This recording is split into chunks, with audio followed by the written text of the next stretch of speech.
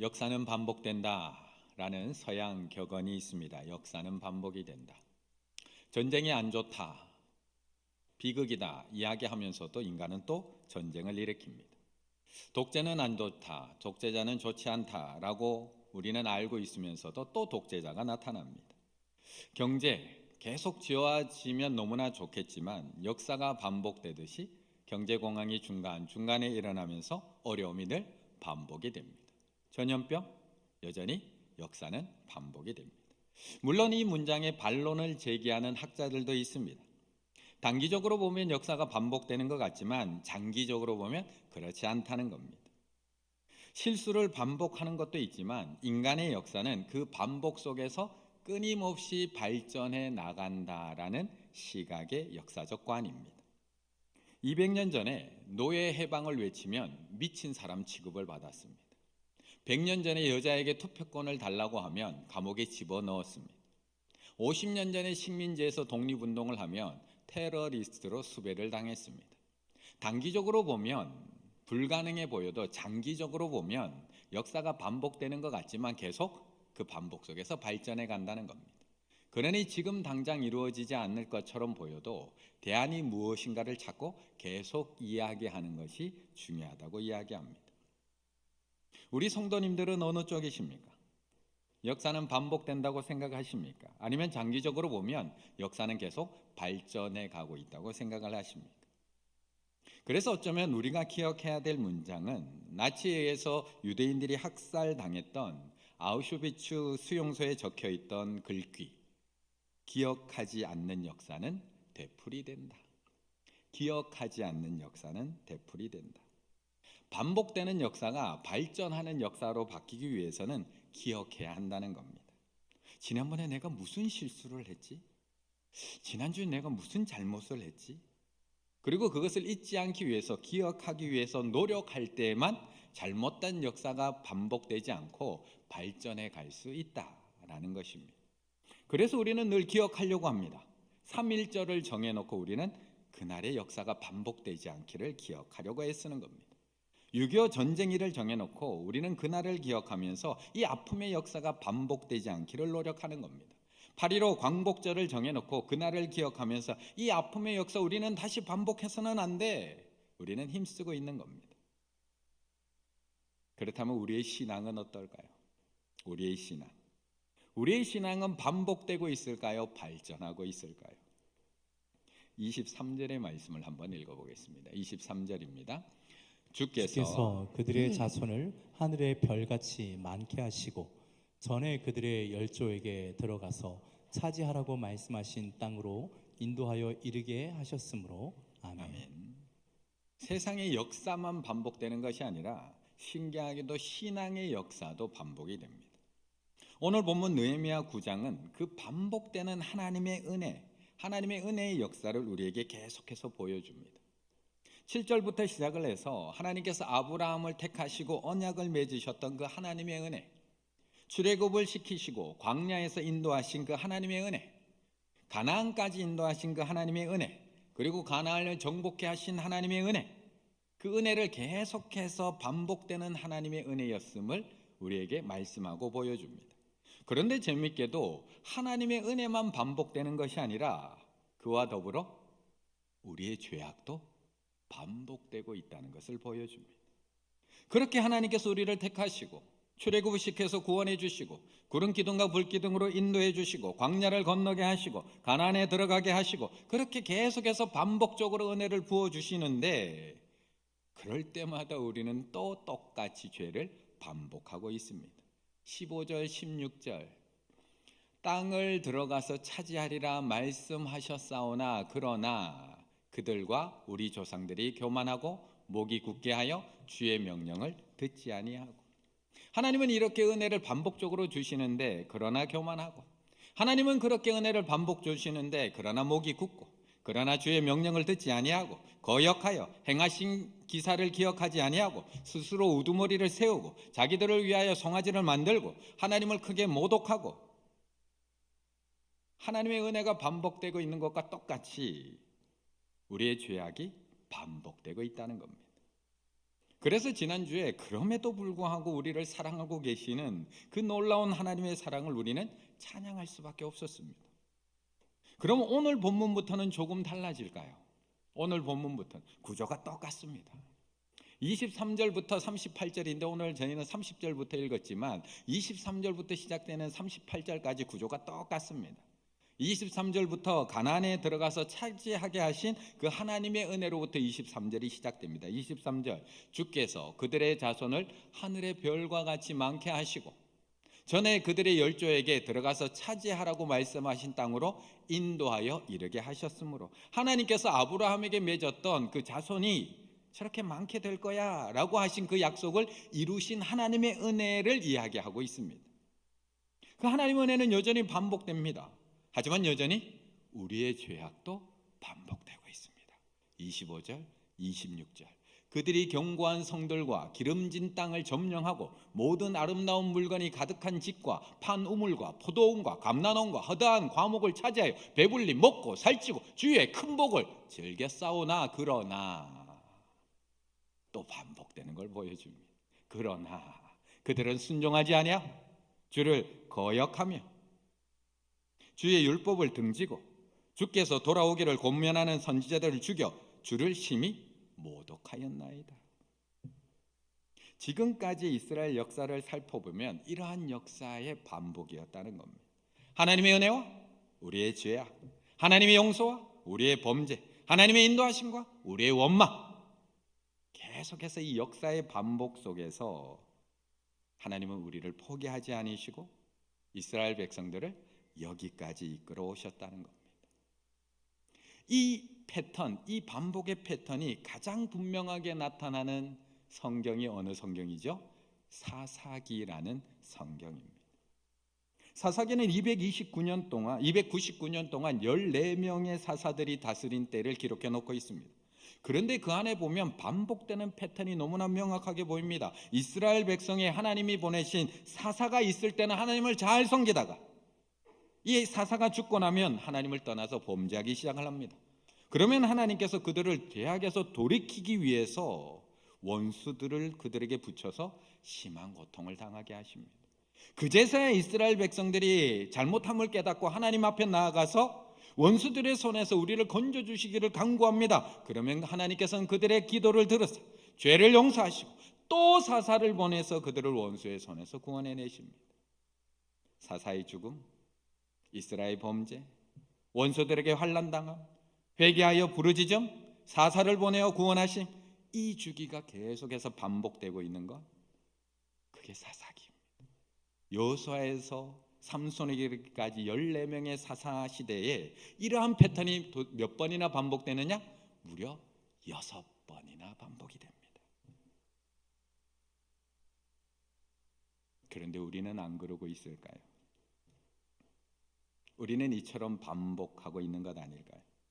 성경을 보면서는 이렇게 잘 분석하는데 사사기를 보면서는 6번이나 반복되고 있다는 걸 알고 있는데 내 삶의 패턴은 우리가 혹시 돌아보지 않아서 잘 모르고 있는 것은 아닐까? 돌아보지 않아서. 33절의 말씀 한번 읽겠습니다. 33절입니다. 그러나 우리가 당한 모든 일에 주는 공의로우시니 우리는 악을 행하였사오나 주께서는 진실하게 행하셨습니다. 아멘. 우리가 성경을 읽어보아도 역사는 분명 반복됩니다. 그래서 앞에서 이야기했던 것처럼 아무리 역사가 반복이 되어도 우리가 돌아보지 않으면 내가 반복하고 있는지를 모릅니다. 오늘 이스라엘 백성들도 몰랐습니다. 돌아보기 전까지는 잘하고 있는 줄 알았습니다. 그렇게 성경을 많이 읽고 외우고 사는 이스라엘 백성들도 왜 지금 우리가 이렇게 이스라엘에 끌려가서 바벨론에 끌려가서 70년이나 포로 생활해야 되는지를 몰랐습니다. 왜 이렇게 고생하고 돌아와서 또 이렇게 힘들게 예루살렘 성벽을 우리가 또 재건해야 되는지를 몰라서 불평했습니다. 그런데 이스라엘 백성들이 수문학 광장에 모여서 에스라의 성경을 들으면서 조금씩 깨닫기 시작하는 겁니다. 말씀을 읽고 또 읽으면서 우리의 역사가 왜 이렇게 반복되고 있는지를 알게 되는 겁니다. 3시간 동안 성경을 낭독하고 3시간 동안 회개를 하면서 그 역사의 반복이 점점 더 선명하게 보이기 시작을 합니다. 33절, 그러나 우리가 당한 모든 일에 주는 공의로우시니, 억울한 게 아니라는 겁니다. 우리는 악을 향하여 싸우나 주께서는 진실하게 행하셨음이니이다. 우리는 하나님께 왜 나에게 이러실까? 우리는 하나님께 어떻게 하나님이 나한테 이러실 수가 있을까라고 따지고 있지만 가만히 돌아보니까 아니더라는 겁니다. 하나님은 공의로우셨다는 겁니다. 하나님은 진실하게 행하셨다는 겁니다. 문제는 우리의 조상들과 우리가 똑같이 죄를 반복했기 때문이었다는 겁니다. 하나님은 분명히 우리에게 은혜를 베풀어 주셨고 땅을 차지하게 하셨고 그 땅의 모든 것을 누리며 살도록 큰 복을 주셨지만 우리가 똑같이 죄를 반복하며 살았던 것입니다. 그것이 26절부터 29절까지 그걸 고백하고 있는 겁니다. 그들은 순종하지 아니하고, 그렇게 복을 주셨음에도, 은혜를 주셨음에도 그들은 순종하지 아니하고 주를 거역하며 주의 율법을 등지고 주께로 돌아오기를 권면하는 선지자들을 죽여 주를 심히 모독하였나이다. 그러므로 주께서 그들의 대적의 손에 넘기사 그들을 공고를 당하게 하심에 그들이 환난을 당하여 주께 부르짖을 때에, 사사기하고 지금 똑같은 패턴입니다. 주께서 하늘에서 들으시고 주의 크신 긍휼로 그들에게 구원자를 주어 그들을 대적의 손에서 구원해 내셨거늘, 그러나 그들이 평강을 얻은 후에 다시 주 앞에서 악을 행함으로 주께서 그들을 원수의 손에 버려두사 원수에게 지배를 당하게 하시다가 그들이 돌이켜 주께 부르짖으며 주께서 하늘에서 들으시고 여러 번 주의 긍휼로 건져내시고 다시 주의 율법을 복종하게 하시려고 그들에게 경계하셨으나 그들이 또 교만하여 사람이 준행하면 그 가운데서 삶을 얻는 주의 계명을 듣지 아니하며 주의 규례를 범하여 고집하는 어깨를 내밀며 목을 굳게 하여 듣지 아니하였나이다. 성경을 낭독하면서 또 회개하면서 이 패턴을 보게 된 겁니다. 이스라엘 백성들은 성경을 읽으면서 이 모든 역사가 되풀이되고 있다는 것을 알게 된 겁니다. 믿음의 조상 아브라함 때부터 시작해서 지금까지 우리가 기억하지 않고 살아서 그렇지, 계속 되풀이하면 우리가 살았구나. 우리가 지금 이렇게 고난 속에 살아가고 있는 것이, 우리가 바벨론으로 끌려갔던 것이 하나님이 우리를 버렸다고 생각했는데 그게 아니라 하나님은 공의롭게 하신 거구나. 하나님은 진실하게 우리를 대하신 거구나. 그걸 깨닫게 된 겁니다. 하나님 은혜를 베푸셨지만 우리는 그 은혜를 모르고 또 범죄하니까 계속 이것이 반복되고 있는 것이었구나. 그런데 우리는 아닌가요? 우리는 아닌가요? 우리는 이스라엘 백성들과 똑같은 것 아닌가요? 우리도 이스라엘과 똑같이 반복하며 살고 있는 것 아닌가요? 하나님은 오늘도 우리를 사랑하셔서 오늘도 은혜를 베풀어 주십니다. 그래서 우리는 오늘도 평안 가운데 살 수 있고 매일매일 하나님이 주신 그 구원의 은혜를 누리며 살 수 있고 인도하심의 은혜, 먹여주심의 은혜, 안아서 여기까지 불러주시는 은혜 가운데 우리는 살고 있습니다. 그런데 우리도 똑같이 금방 잊어버립니다. 하나님이 풍성하게 누리라고 허락해 주신 이 모든 것들이 어느새 금방 잃어버리고 어느새 내 것이 되고 나의 노력이 되고 나의 수고, 나의 것이라는 착각에 우리는 빠지기 시작을 합니다. 목이 굳어지기 시작하고 교만해지기 하기 시작하고 내 것인 줄 알고 내 배만 채우기 시작을 합니다. 그리고 나의 쾌락, 나의 즐거움, 나의 평안만을 위해 살기 시작을 합니다. 그러다 보면 죄악으로 달려가는 자녀들을 보며 회초리를 들지 않을 부모가 어디 있습니까? 하나님의 회초리를 드십니다. 때로는 다른 민족으로, 때로는 다른 사람을 몽둥이로 사용하십니다. 때로는 주셨던 것을 빼앗기도 하시고 때로는 포로로 끌려가기도 하십니다. 그러면 우리는 하나님 앞에 또 부르짖기 시작합니다. 안 나오던 금요기도에 나오기 시작을 하고 안 나오던 기도의 모임에 나가기 시작하고 안 나가던 기도원에 찾아가기 시작하고 안 하던 금식기도를 하기 시작을 합니다. 그러면 31절, 주의 크신 긍휼로 그들을 아주 멸하지 아니하시며 버리지도 아니하셨사오니 주는 은혜로 오시고 불쌍히 여기시는 하나님이시니이다. 우리도 똑같이 반복하며 살고 있는 것 아닌가요? 우리도 똑같은 거 아닌가요? 그러면서 이런 나를 아직까지 살게 하시는 하나님의 은혜로 우리는 깨닫게 됩니다.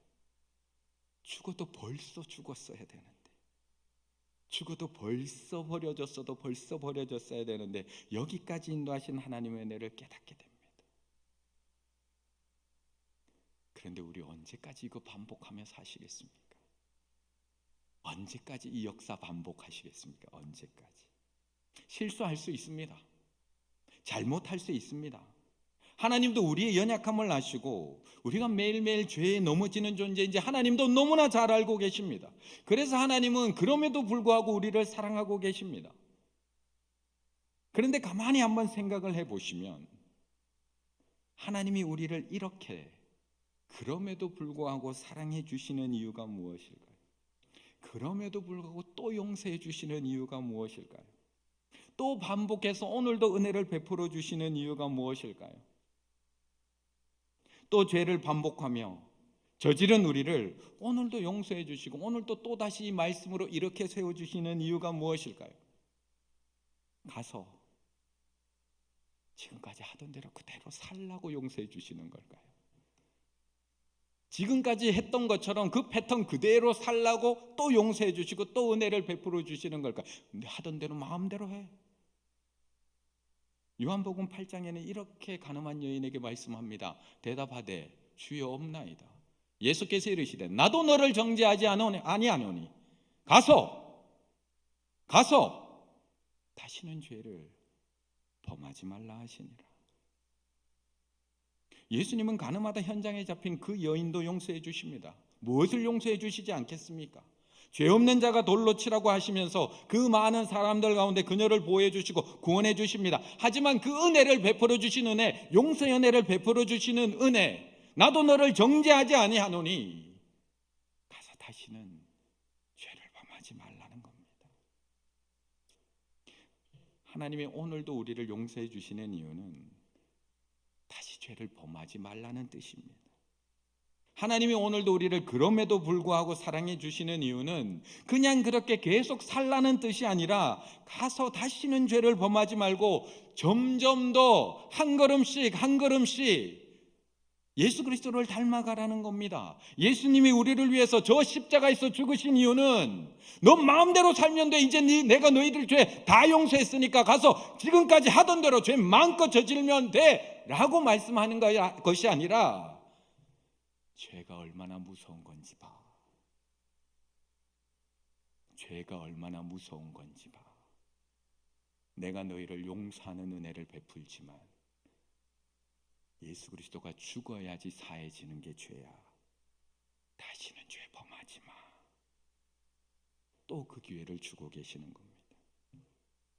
이스라엘 백성들은 성경을 읽고 회개하고 성경을 읽고 회개하면서 이걸 깨닫게 된 겁니다. 하나님의 은혜와 조상들의 죄가 계속 반복되는 안타까운 성경의 역사를 보고 깨닫게 된 겁니다. 그러면 어떤 결단이 일어날까요? 이제는 반복하지 말자.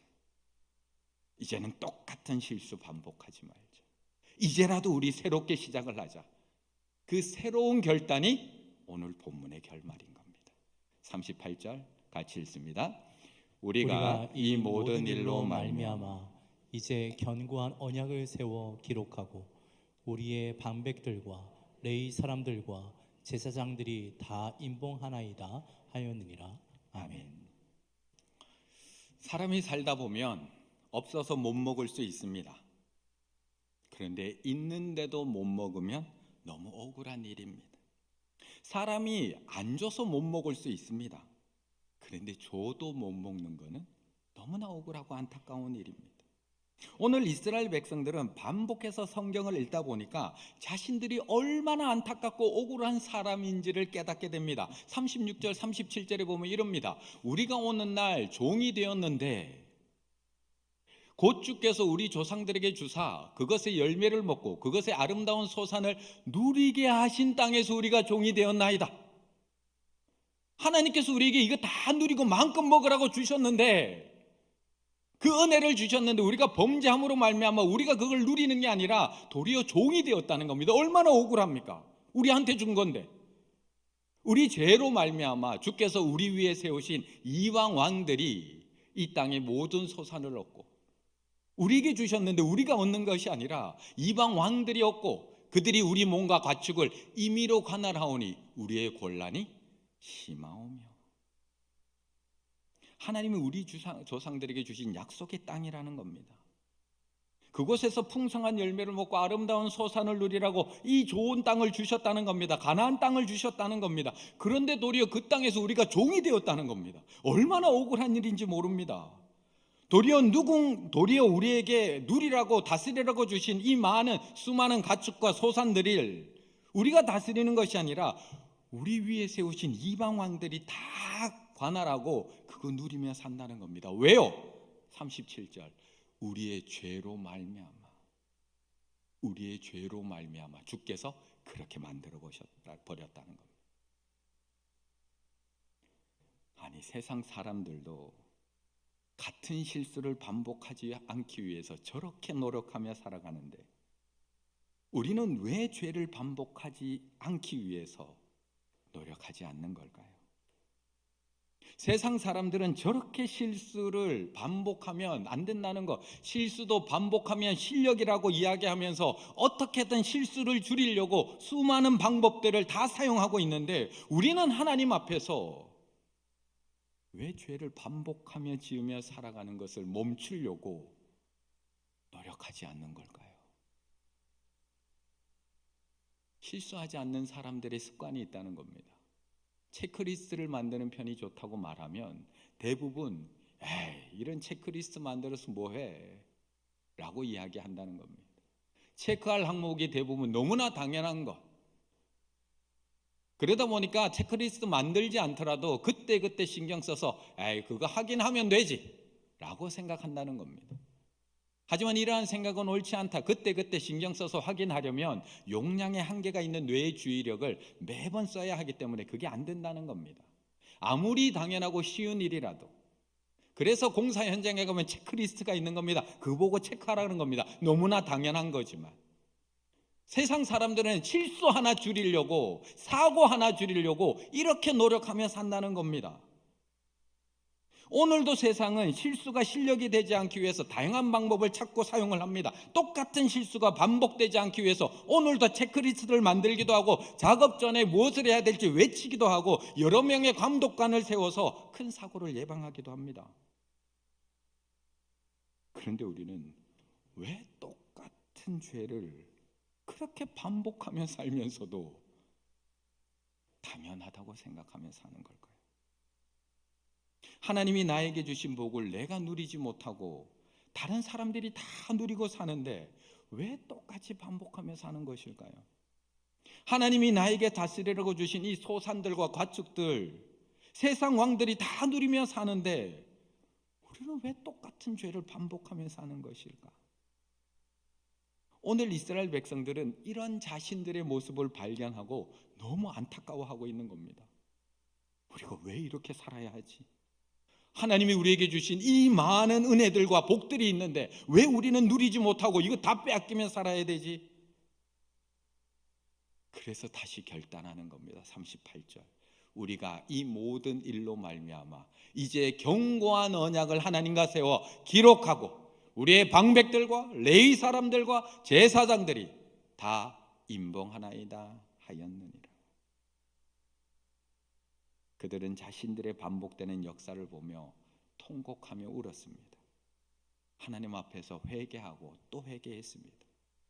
그리고 거기서 끝난 것이 아니라 다시 새롭게 결단하고 있습니다. 지나간 잘못된 과거를 두고 후회로 끝난 것이 아니라 그렇다면 앞으로 우리가 어떻게 살 것인가에 대해서 기록하고 문서로 남기고 제사장, 레위 사람들, 이스라엘 백성들을 대표하는 사람들이 거기다 서명하고 있는 겁니다. 그리고 임봉합니다. 봉인, 밀봉했습니다. 많은 사람들 앞에서 공개적으로 이 언약을 공포하고 임봉하는 의식을 가지고 있습니다. 다시는 이런 안타까운 역사 우리 반복하지 말자. 지금까지 우리가 이렇게 살았지만 다시는 하나님의 은혜와 우리의 죄악의 이 잘못된 역사의 반복 우리 하지 말자.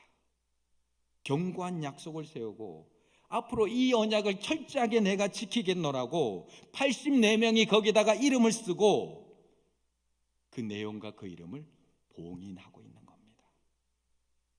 그 안에 들어있는 약속이 무엇일까요? 84명의 이름이 누구일까요? 다음 주에 공개됩니다. 저는 오늘 이 밤 우리에게도 우리의 죄를 회개하고 끝나는 밤이 되지 않았으면 좋겠습니다. 눈물로 회개하는 것으로 끝나고 돌아가는 밤이 안 되었으면 좋겠습니다. 오늘 이 밤은 우리의 지나온 시간들을 돌아보며 회개하며 자복하는 시간이기도 하지만 하나님 앞에서 다시는 이 안타까운 죄의 역사를 반복하지 않겠습니다. 하나님 앞에 새로운 결단을 하는 시간이 되어야 할 줄로 믿습니다. 물론 연약한 우리가 오늘 이 밤 하나님 앞에서 드리는 이 모든 결단과 약속 다 지키지 못할 수도 있습니다. 아마 그래서 또 약속 안 하실 수도 있습니다. 아유, 지키지도 못할 거.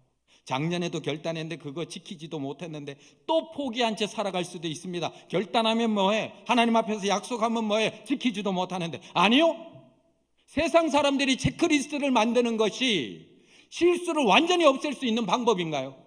그 체크리스트 만든다고 사고가 안 일어나나요? 하나라도 줄이기 위해서, 하나라도 줄여나가기 위해서 그 노력하며 사는 것 아닌가요? 우리는요 왜 포기하시나요? 하나님 앞에 또 결단하셔야죠. 하나라도 줄일 수 있다면, 우리가 죄를 반복하지 않을 수만 있다면 하나님 앞에 또 결단하셔야죠. 또 약속하셔야죠. 또 다짐하셔야죠. 그래서 한 주가 지나고 한 주가 지날 때마다 죄가 반복되지 않는 것이 하나하나만 늘어날 수 있다면 우리의 삶이 얼마나 더 아름답게 변해갈 수 있을까요? 우리가 오늘도 하나님 앞에 또 약속하고 또 결단하고 또 다짐하며 나아간다면 우리의 삶은 해마다 믿음으로 새로워질 줄로 믿습니다. 오늘 이 밤 하나님 앞에 지나온 잘못된 삶들 다 고백하시고 회개하셨으면 좋겠습니다. 더 나아가서 하나님, 잘못된 습관 있다면 저 끊어보겠습니다. 또 결단하고 다짐하셨으면 좋겠습니다.